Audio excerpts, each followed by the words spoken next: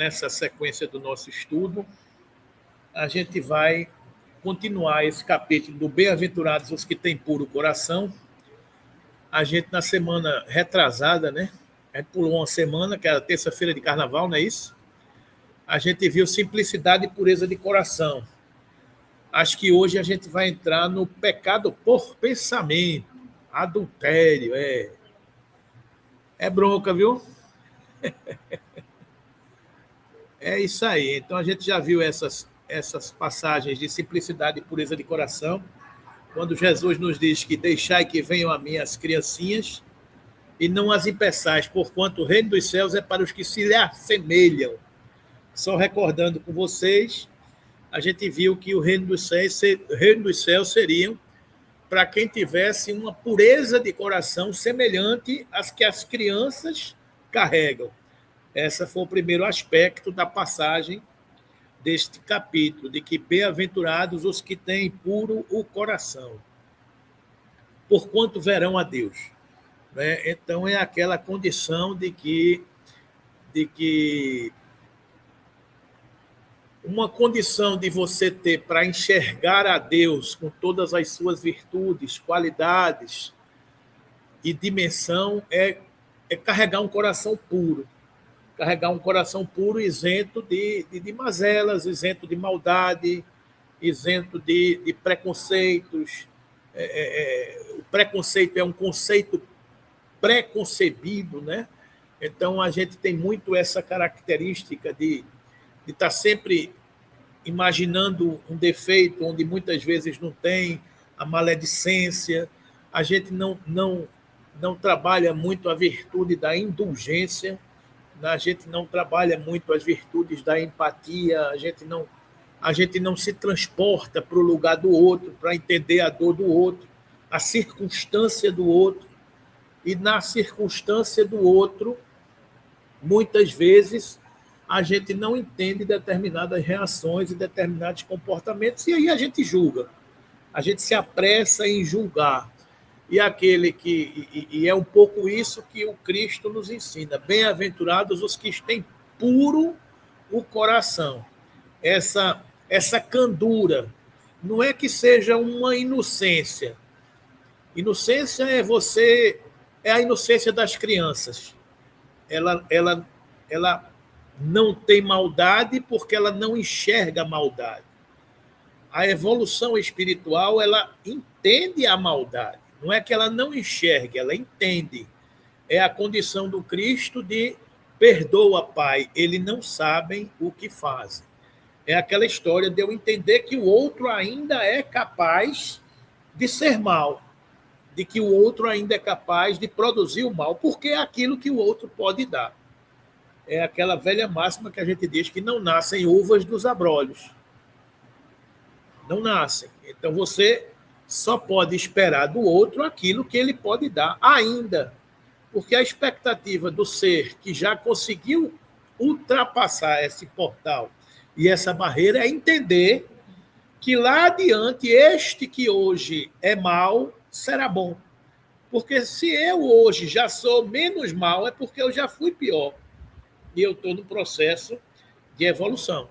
Né? Então, essa perspectiva da gente enxergar a ascensão vai nos aproximando de Deus, vai nos aproximando deste amor, desta luz, que ainda nos encontramos distantes, porque ainda carregamos uma alma embotada, ainda uma alma maculada pela materialidade, pelas questões da matéria.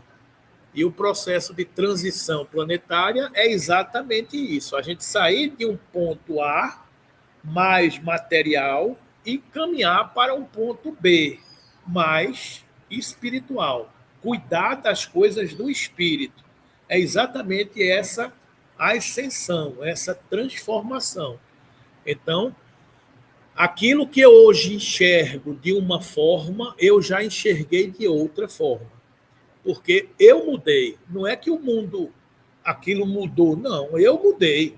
É por isso que a gente muitas vezes diz que todas as vezes que a gente lê um livro, estuda um livro, a gente estuda de forma diferente. Porque a perspectiva que você está lendo aquilo, você mudou. A sua interpretação mudou. O Evangelho é o Evangelho e nos conecta há séculos e séculos. Mas o entendimento, a vivência, a internalização do Evangelho em você é que mudou. O código moral está posto. A matéria foi dada. Como eu leio, entendo, internalizo, vivencio, exemplifico, é um processo pessoal de cada um. É o que define o nosso processo de evolução. É por isso que alguém está mais na base da escala e alguém está mais avançado, e alguém está mais avançado, e alguém... É essa capacidade de entender a luz. É a capacidade de internalizar a luz, de servir a luz, né? Então, dentro deste contexto, bem-aventurados os que têm puro coração, há essa passagem. Pecado por pensamento. Já é uma camada adicional. Aqui ele já entra no outro aspecto, não é nem fazer, é pensar.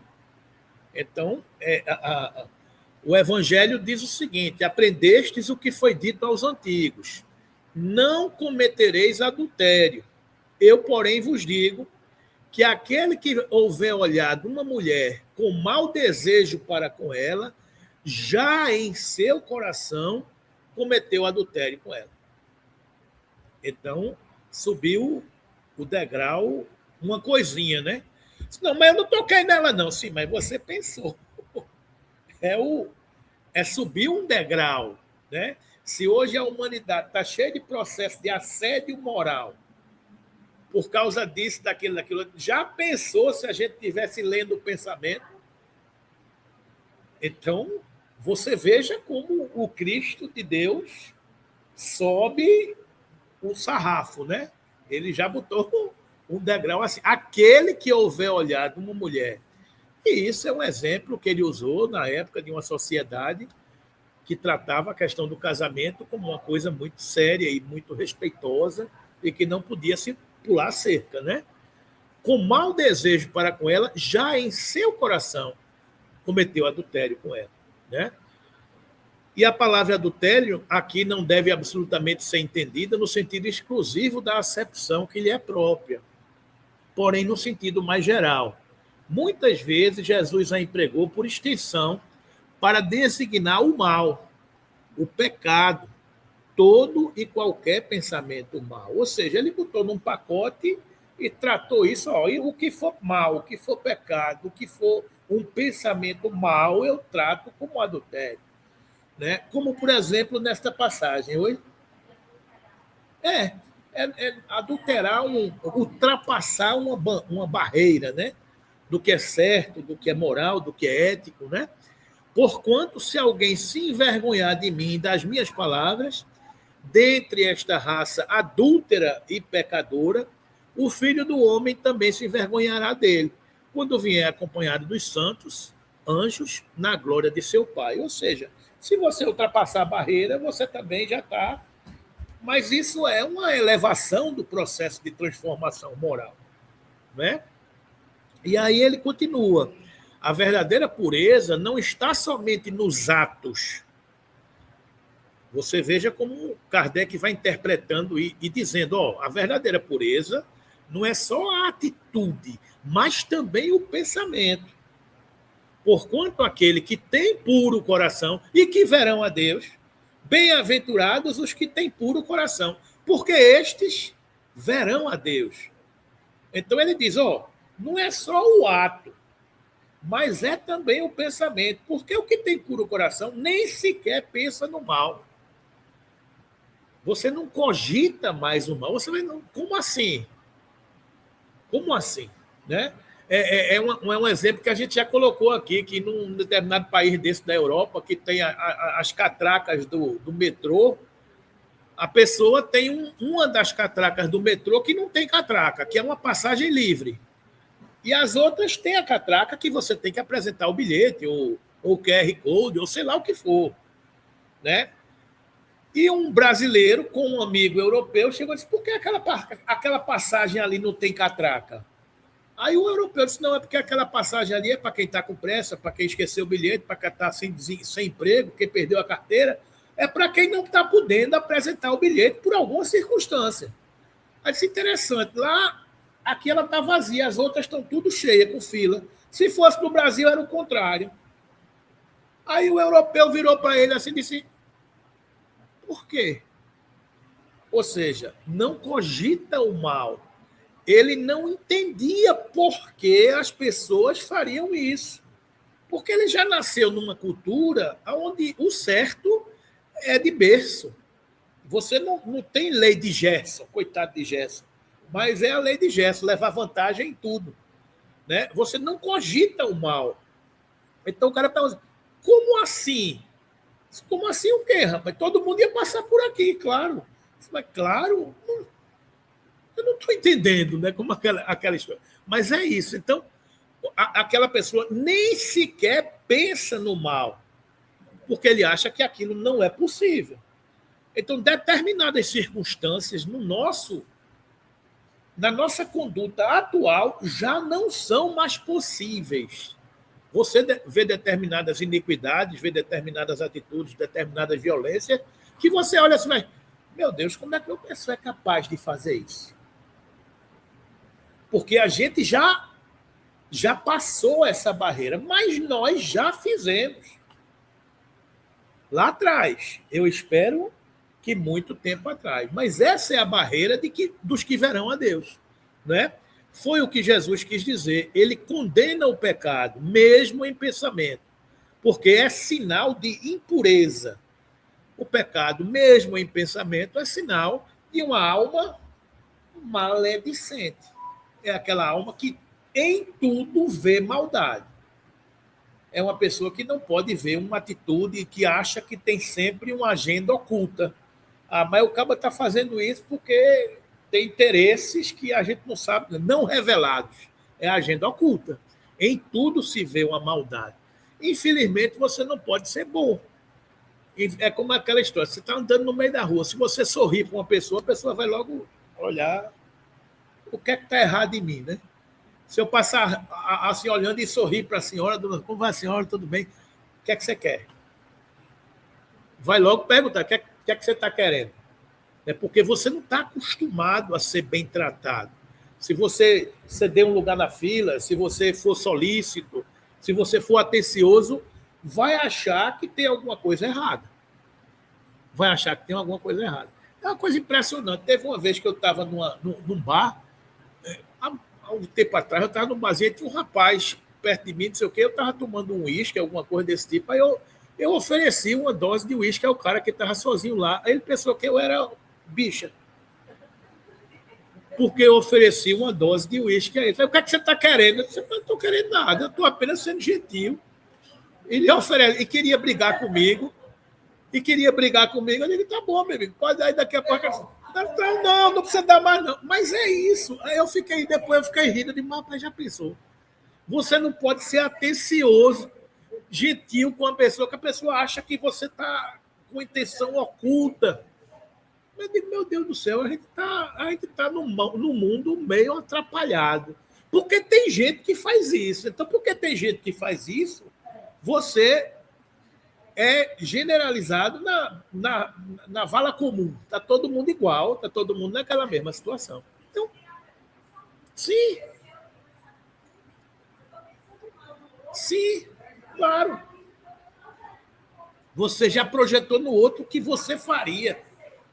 Eu não acredito que a pessoa vai me doar um negócio desse. Ele não era capaz de fazer isso. Ele teria uma segunda... É o que você está dizendo, Paulina. Então, ele teria uma segunda intenção. Então, como ele não teria, ele não acredita que o outro teria. Claro. É uma loucura. A gente vive num mundo assim meio difícil, né?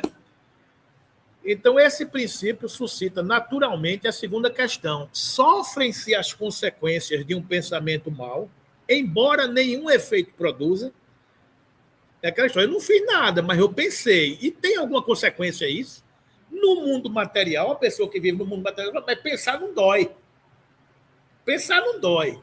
Aí Kardec diz, cumpre-se faça aqui uma importante distinção. À medida que avança na vida espiritual, essa perspectiva, meus amigos, para nós espíritas, ela é determinante. Nós somos espíritos.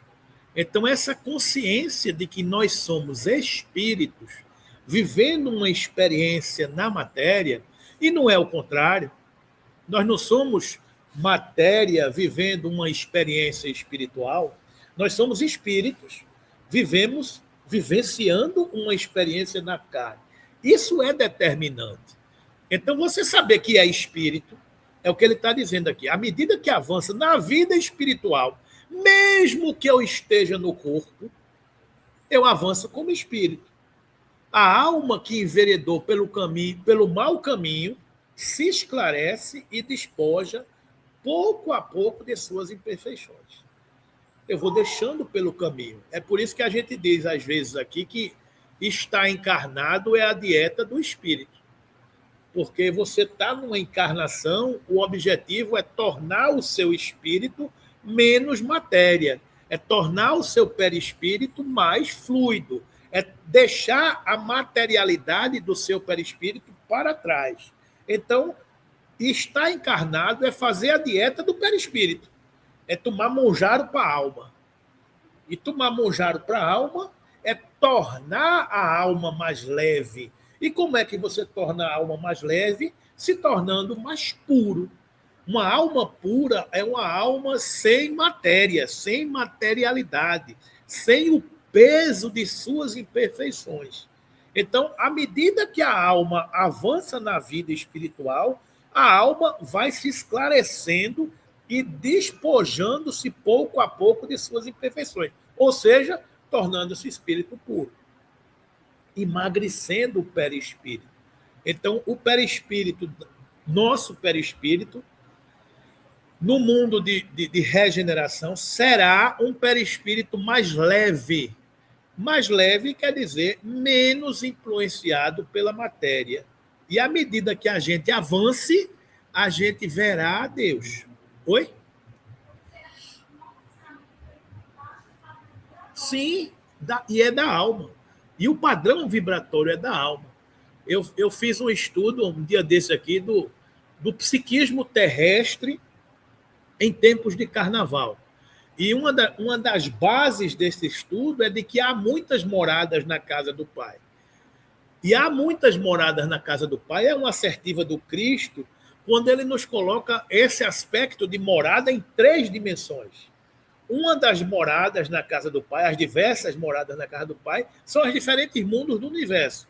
Primeira perspectiva. Segunda perspectiva, as diferentes camadas do globo terrestre. Eu tenho várias dimensões espirituais onde a alma ocupa, de acordo com a sua capacidade. A alma mais leve habita regiões mais fluidas, mais elevadas. A alma mais densa ocupa regiões mais densas. E o terceiro aspecto, Poliana, é isso que você coloca, é a casa mental, é onde eu habito.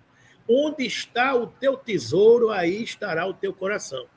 Aí tem lá o capítulo 3 do livro No Mundo Maior, que fala sobre a questão das casas mentais. Então, Calderaro, que é o instrutor que ensina André Luiz, ele fala que o cérebro tem 3 andares. O passado, o presente e o futuro. O inconsciente, o consciente e o superconsciente. Então, os 3 andares da casa mental é onde você vive. O porão da alma, o passado, é onde você guarda as suas experiências acumuladas ao longo de suas inúmeras encarnações. O andar atual é o andar que você aprende e vivencia experiências do passado e projeta experiências do futuro. E o andar superior é a casa superior da alma, onde você conecta-se com as regiões superiores, é onde você ora, é onde você reflete coisas de luz, de paz e de amor. São os 3 andares da casa mental. Onde você está vivendo? Então, você descer é uma decisão sua. Você pode estar no céu ou no inferno. Depende do que você está pensando naquele momento. Né? E de acordo com cada andar, você sintoniza com aqueles pensamentos e vibrações que estão naquele andar. Então é por isso que muitas vezes você desce e se conecta com quem está embaixo. Padrão vibratório. E muitas vezes você está numa região mais densa, mas você está lá em cima. Então o seu pensamento não se conecta com o ambiente. Você se isola.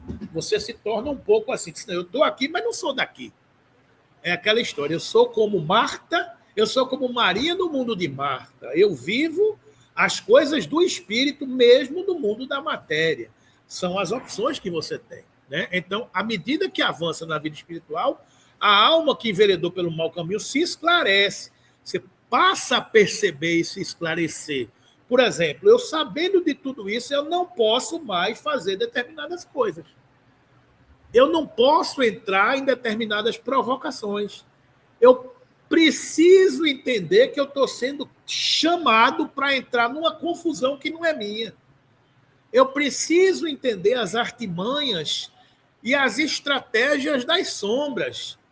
Onde eu chego numa instituição espírita como essa, pego 2 trabalhadores e, de repente, incentivo a maledicência, o disse-me-disse, a fofoca, o espaço, o poder, e daqui a pouco eu estou brigando. Bum, bum, bum, bum, bum. Você entra se quiser, mas você está sabendo que tem uma estratégia por trás daquilo ali. Você sabe.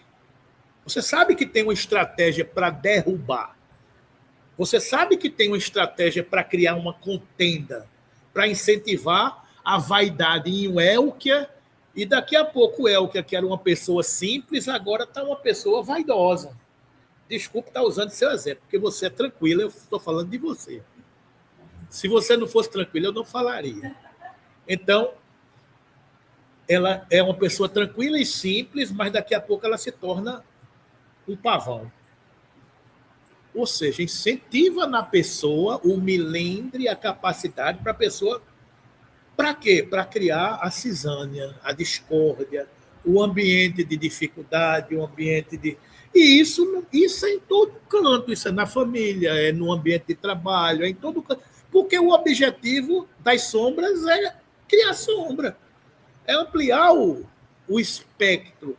Mas o objetivo da luz é apagar a sombra, porque não existe sombra, existe ausência de luz. Então, você sabendo de tudo isso, faz eu aqui não entro. A provocação vem, você faz, Larita, estou nem aí. A provocação vem, mas não é comigo. Passe reto, que eu não estou aqui olhando para isso. Então, são estratégias. À medida que a alma se esclarece, ela começa a entender tudo isso. Mas as coisas são muito sutis, né, Rita? Que é de mundo vive repetindo, as coisas são muito sutis. De repente, você é mordido por essa... é picado por essa mosquinha e daqui a pouco você nem percebe que está fazendo. Você está dando pancada e não nota, acha que é normal. Porque você foi já um pouco levado para dentro daquilo ali. Então, isso é o aspecto da alma esclarecida, que não mais se permite fazer determinadas coisas e entrar em determinadas influências. E às vezes isso acontece, por exemplo, na nossa família. Nem todos são da mesma forma. O marido, a mulher, o filho, o outro filho, o irmão, o cunhado, o primo, o sobrinho, nem todos aos dedos da mão. Cada um num grau diferente. E numa família, quem é que tem mais? É quem tem que dar mais. Quem tem menos é quem tem que dar menos. Então, ter puro coração não é que todos tenham puro coração. É entender que o outro é capaz de fazer o mal ainda. É entender que aquele filho ainda não poderá brotar uma manga, porque ele é um pé de uva. Aí você quer, nesta encarnação, que ele nasça uma manga, não vai nascer de jeito nenhum. Você pode sentar, ficar esperando a encarnação todinha. Não vai nascer. Não vai nascer, porque é um processo de ascensão e de evolução. Então, esse é o entendimento que você tem que ter. Essa é a capacidade. É fácil? Não é fácil. Mas Jesus não escolhe os habilitados. Ele habilita os escolhidos. Então, estarmos no processo de habilitação é isso. É a gente estar entendendo o que é que está fazendo aqui. O nosso papel, a nossa conduta diante de tantos desafios, de tantos aspectos que nós vivenciamos, né? Presente.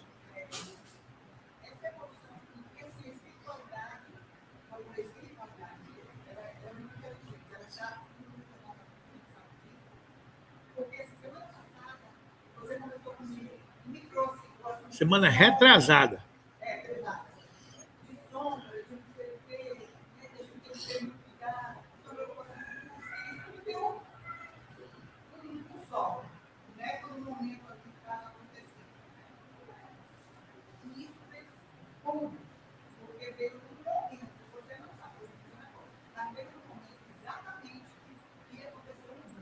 Um vulcão.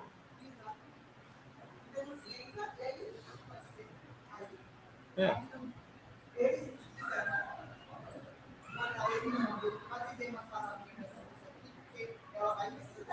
É. Isso acontece muito, Rita. Às vezes a gente faz um estudo, uma palestra, e sai do tema, vai dar uma volta lá pelo outro lado, e a gente não sabe por que mudou de assunto. Mas aquele assunto que você pegou o atalho foi porque era para atender Rita, que estava precisando ouvir alguma coisa naquele sentido. Isso acontece muito.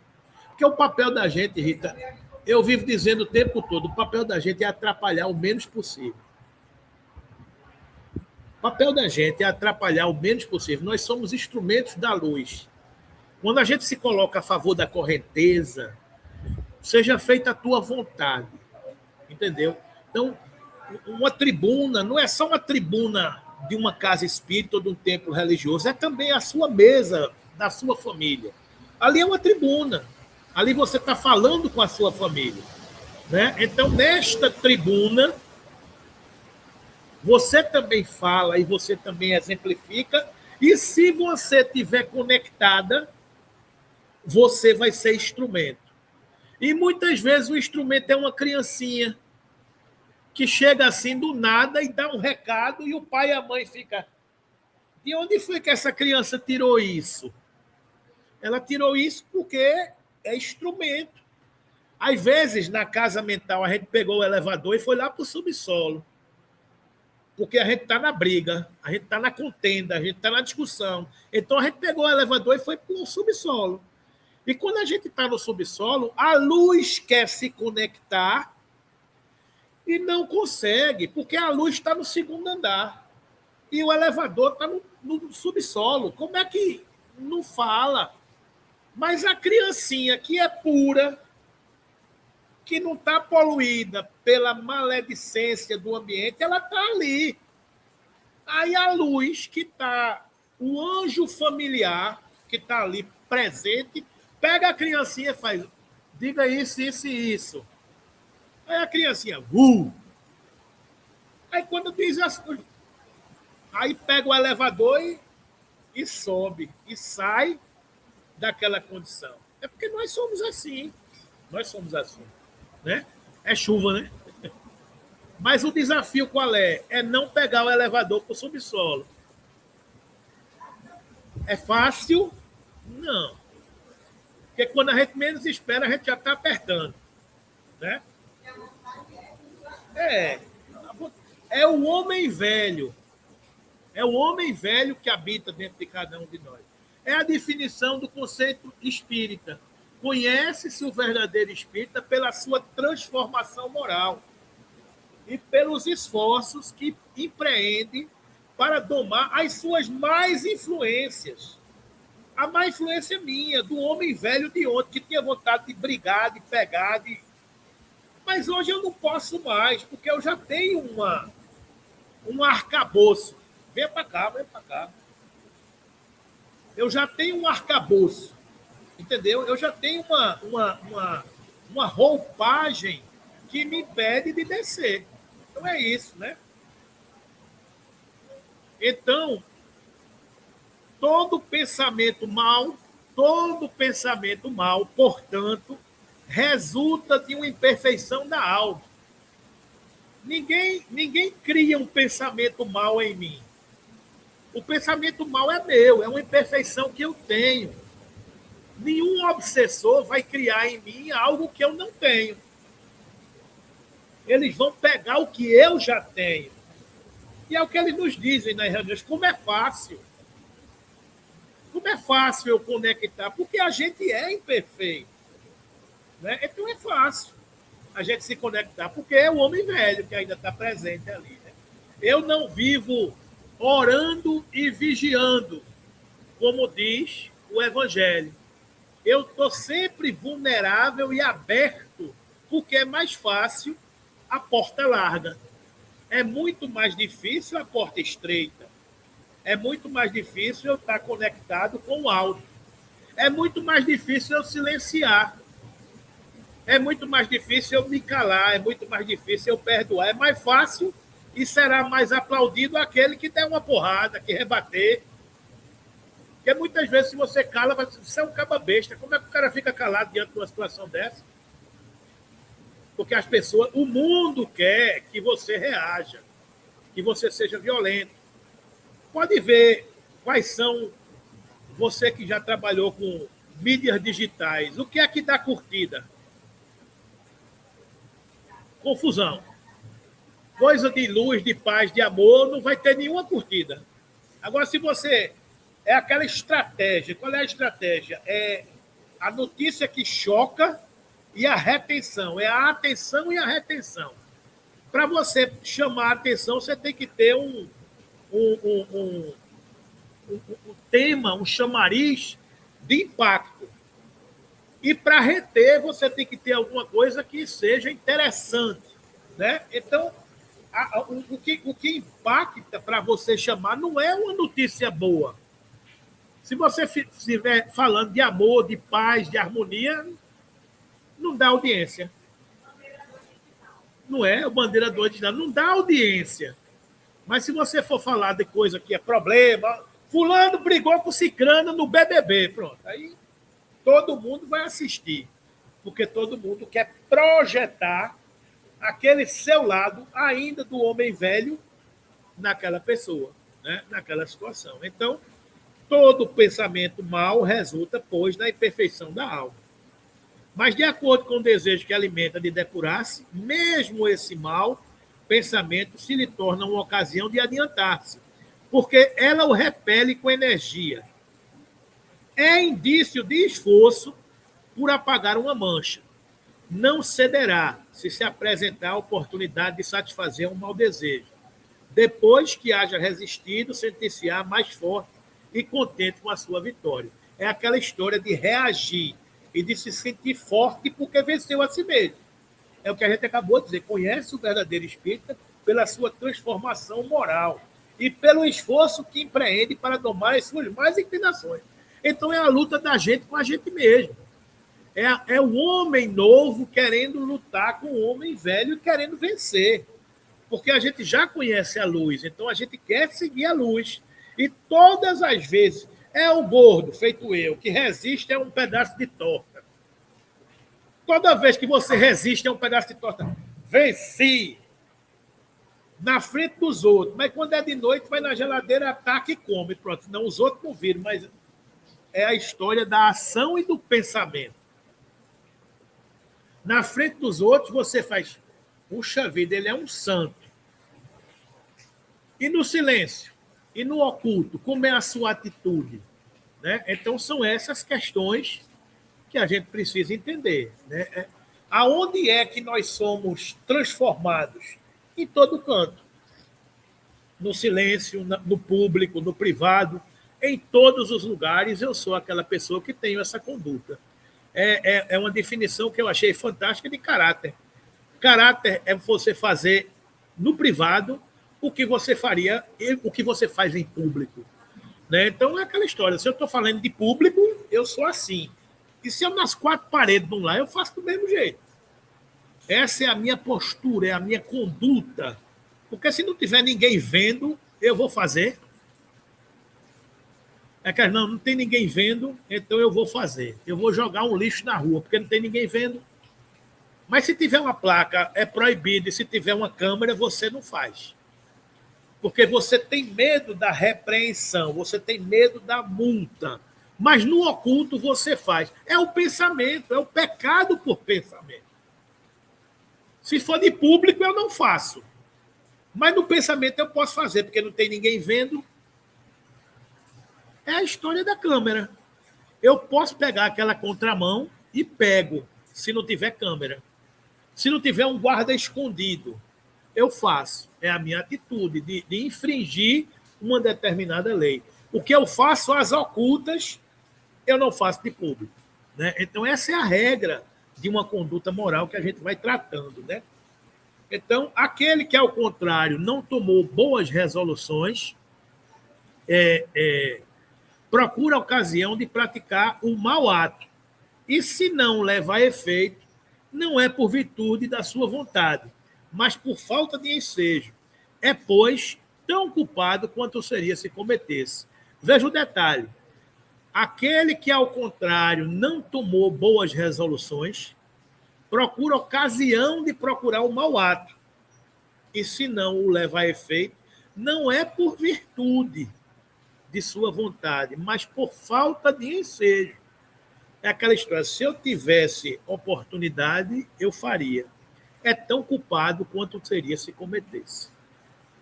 Então, a coisa, quando a gente vai tomando consciência, ela cria uma dimensão que, em resumo, naquele que nem sequer concebe a ideia do mal, já há um progresso realizado.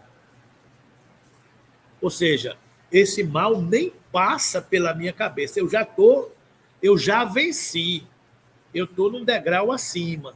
Tem um intermediário, naquele a quem essa ideia acode, mas que a repele. Há progresso em via de realizar-se. Ou seja, quando a gente já sabe o mal que pode fazer e já luta consigo mesmo. Porque tem alma que nem acha que está fazendo nada errado. Né? Eu me lembro aqui uma historinha de Dr. Bezerra de Menezes, que ele estava fazendo uma palestra no mundo espiritual, e quando terminou a palestra, um espírito chegou para ele e disse: ô velhinho, o senhor disse que quem calunia carrega consigo espinhos na garganta. O senhor disse que quem agride carrega consigo uma lâmina cortando o seu braço. O senhor disse que quem mata, quem comete crimes, é como se fosse uma pessoa mergulhada nas trevas, nas densidades profundas. Pois eu caluniei, eu matei, eu criei desavenças, eu destruí lares e não sinto nada disso. Como é que o senhor explica isso? Aí ele disse: ô meu filho, o que é que sente um cadáver se eu enfiar um espinho no braço? Ele disse: nada. E se eu cortar o dedo dele? Eu falei: nada, ele é um cadáver. E se eu tocar fogo nele? Eu falei: nada, ele é um cadáver. Então é isso, meu filho. Quando a gente é incapaz de perceber o mal que faz, nós somos criaturas que vivemos no mundo sem entender. Nós somos mortos vivos. Então, é um pouco isso. Tem gente que não é capaz de perceber o mal que está fazendo. É uma condição evolutiva. Nós somos espíritos dentro de uma escala evolutiva. Há espíritos que não compreendem ainda o mal que estão fazendo, e que é natural.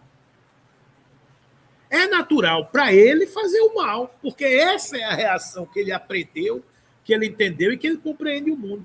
Tem espíritos que estão nesse degrau intermediário a quem a ideia de fazer o mal acode, mas ele já repele. Ele já tem uma luz que diz: ei, não faça isso não. Há progresso em via de realizar. Aí é o apóstolo Paulo.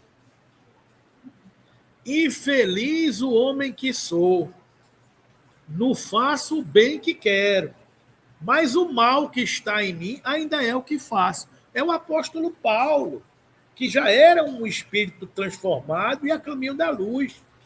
Mas ele dizia: não faço o bem que quero e que eu já sei, eu não faço.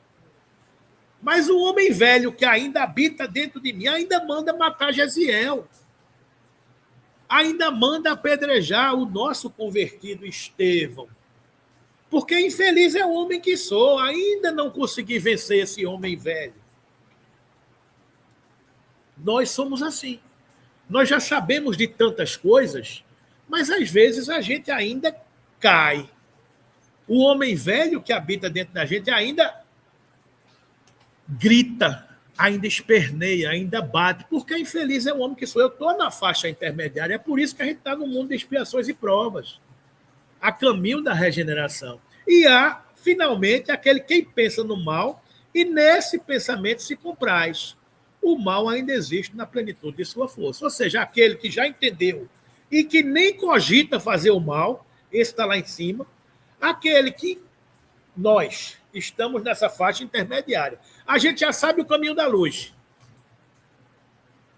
É aquela história. Fumar faz mal à saúde. O cara pega a carteira de cigarro, tem tanta coisa ruim que tem escrita ali, e o caba fuma. Ou seja, o cara já sabe que fumar faz mal à saúde. Mas isso é a matéria. Mas ele fuma. Ele não consegue vencer. O cara sabe que comer demais, em excesso, faz mal à saúde. Mas o caba come. O caba é gordo. O caba sabia que não era para fazer. Mas infeliz é o homem que sou, que ainda não faço. Eu ainda estou no processo de transformação. E nesse aspecto, eu estou falando das coisas do corpo. Imagine as coisas da alma. É o pensamento, pecado por pensamento, adultério. A gente sabe o mal que um pensamento pode fazer.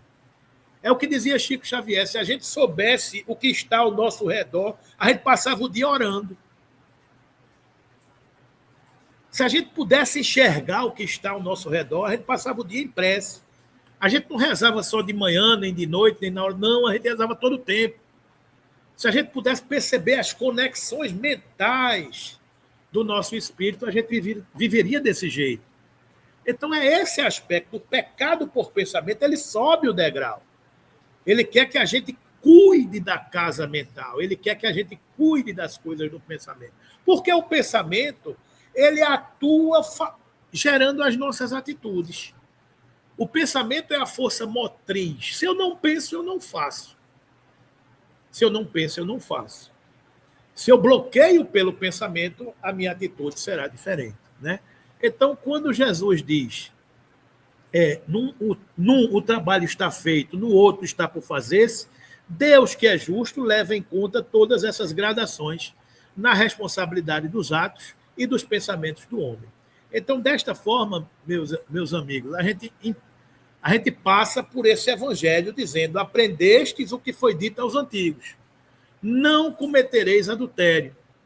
Eu, porém, vos digo que aquele que houver olhado uma mulher com mau desejo para com ela, já em seu coração cometeu adultério com ela. Então, esse é o ponto. O ponto é esse, é você educar o seu pensamento para não cogitar as coisas mais, as maledicências, os maus caminhos, os pecados por pensamento, né? A gente já atingiu isso? É claro que não. A gente ainda está um tanto distante dessa realidade, mas é o evangelho que a gente tem que estudar, a gente tem que entender, a gente tem que internalizar. Diga, Rita. É interessante que ele usa esse exemplo, né? E pensar na mulher do outro, né? E a gente compreender que não é isso daí. Não é só isso daí. Como você disse, o adultério está em você elaborar o seu pensamento mal, independente se é olhando para uma mulher ou olhando para um homem, mas não isso. Né? A questão do seu mau pensamento, a construção de um mau pensamento. É porque é o que ele diz, ó, essa raça adúltera e pecadora. E você entende o seguinte: Moisés, no decálogo de Moisés, os 10 mandamentos de Moisés, os 4 primeiros mandamentos, você veja o arquétipo, a estrutura pedagógica do processo educacional da humanidade. A primeira revelação é Moisés. Moisés chega e recebe no Tabor os 10 mandamentos. Os 10 mandamentos falam da relação do homem com Deus. Os 4 primeiros mandamentos dos 10 falam da relação do homem com Deus. Amar a Deus acima de todas as coisas, não falar o nome de Deus em vão, adorar o dia de sábado. Então, essa era a relação do homem com Deus. Grande contribuição, monoteísmo, uma cultura politeísta, de vários deuses. Moisés vem para dizer, há um único Deus, e ame a Deus acima de todas as coisas e ao próximo como a si mesmo. Quando Jesus diz, porque ele resume os 10 mandamentos. Porque os 6 outros mandamentos de Moisés, revelados por Moisés no Tabor, os 6 últimos, dizem respeito ao pecado. Não matarás, honrar o pai e a mãe, não cometerás adultério, não cobiçarás a mulher do próximo, nem o seu gado, nem sua terra. Ou seja, é o processo educativo, dizendo a cada um de nós o que não devemos fazer. É assim que a gente educa as crianças. No processo de educação das crianças, as crianças, quando faz alguma coisa, a primeira coisa que você diz é não faça isso, não faça aquilo, não pegue, não mexa, não... É sempre assim. Depois você vai em cima e diz faça isso, faça aquilo, faça aquilo. É o processo pedagógico. E hoje, esses mandamentos é base do direito romano desde que o mundo é mundo. Esse código moral de revelar o que fazer e o que não fazer. Então, não é só cometer adultério, é não roubar, é não matar, é não desejar a mulher do próximo, é não fazer um bocado de coisa, que é desde o código de Hammurabi, milênios de anos atrás, que tenta educar a humanidade. Tenta educar a humanidade dessa forma, porque no passado era olho por olho, dente por dente. No passado era assim, se você fizer, você perde. Mas Mahatma Gandhi dizia, se fosse assim, ia faltar olho e ia faltar dente, porque tanto pecado que a gente tinha não ia ter coisas para poder pagar, quitar tudo isso, né? Então, quando Jesus vem e resume os mandamentos, dizer, amar a Deus é lei de amor, a lei de Moisés é lei de justiça, é o que não fazer, o que ser justo, a lei de Jesus é amor. Ame a Deus e ame ao próximo. Os 4 primeiros mandamentos, relação do homem com Deus. Os 6 últimos mandamentos, relação do homem com o próximo. Jesus, lei de amor, ame a Deus e ame ao próximo. Zé Fini, encerrou o assunto. Espiritismo, lei de caridade. Justiça, amor e caridade. Questão 900 e alguma coisa do Livro dos Espíritos. O que é a caridade? Como entendia Jesus? Amor, justiça e caridade. Justiça, amor e caridade. Primeira, segunda e terceira revelação. É o processo pedagógico da humanidade. Lei de justiça, lei de amor, lei de caridade. Esse é o nosso processo. Então, bem-aventurados os que têm puro coração, porque estes verão a Deus. Esta é a passagem do Evangelho que a gente está estudando aqui.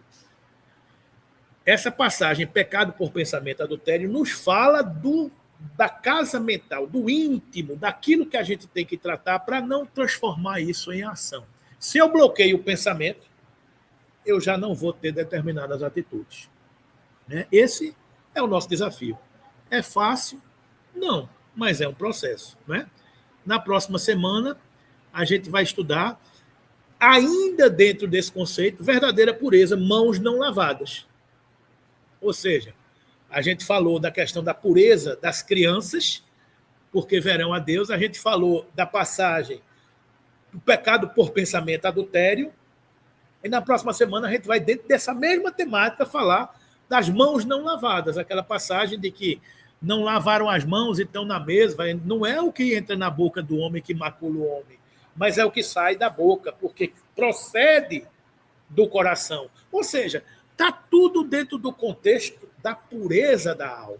A pureza da alma que a gente deve carregar dentro de cada um de nós. Ok? Então vamos em frente, que atrás vem gente. De quê? Nesse processo aí, porque só tu. Só tu, Rita, todos nós estamos aqui a caminho, né, Rita? Todos nós estamos aqui. Todos nós estamos a caminho. Você ontem viu alguns diálogos, né? Você viu o processo, né? Se a gente não tem uma serenidade para encarar aquilo ali, entendeu? E ali a gente é colocado no fronte. A gente é colocado no fronte. Ali não está se falando de terceiros. Ali está falando do homem velho. Porque quando você entra numa discussão, e não é uma discussão, quando você entra num diálogo fraterno com a alma dos homens que já viveram na Terra e que ela lhe coloca, lhe insere na discussão, você não está falando de terceiros, você está falando do homem velho. Você está falando do homem velho. Então, essa capacidade você tem que ter para enfrentar isso. Eu não estou aqui dando aula e falando de cima de um pedestal. Eu estou aqui igual a você no processo de crescimento, porque eu também errei. E eu não estou isento dos meus erros e das minhas culpas. Eu estou no processo de aperfeiçoamento. Então, se ele sofre porque está numa região mais densa do psiquismo que ele habita, eu também já estive. E a alegria dos céus é esvaziar os infernos. Então, quem tem a obrigação de ajudar é quem está na frente. Então, é sempre alguém dando a mão e sempre alguém lhe estendendo a mão. Então, é nesse processo que a gente cresce. Então, quando você diz, eu repeti muitas cadeiras, todos nós repetimos. A gente não sabe quantas vezes a gente caiu. E a gente não sabe o que nos credenciará para seguir adiante. Eu não sei se eu estou isento de todas as mazelas da dieta do meu perispírito para me habilitar para seguir adiante. Eu não sei. Porque uma coisa, Rita, é o que eu estou aqui falando de público. Outra coisa é o que eu revelo ao meu pensamento.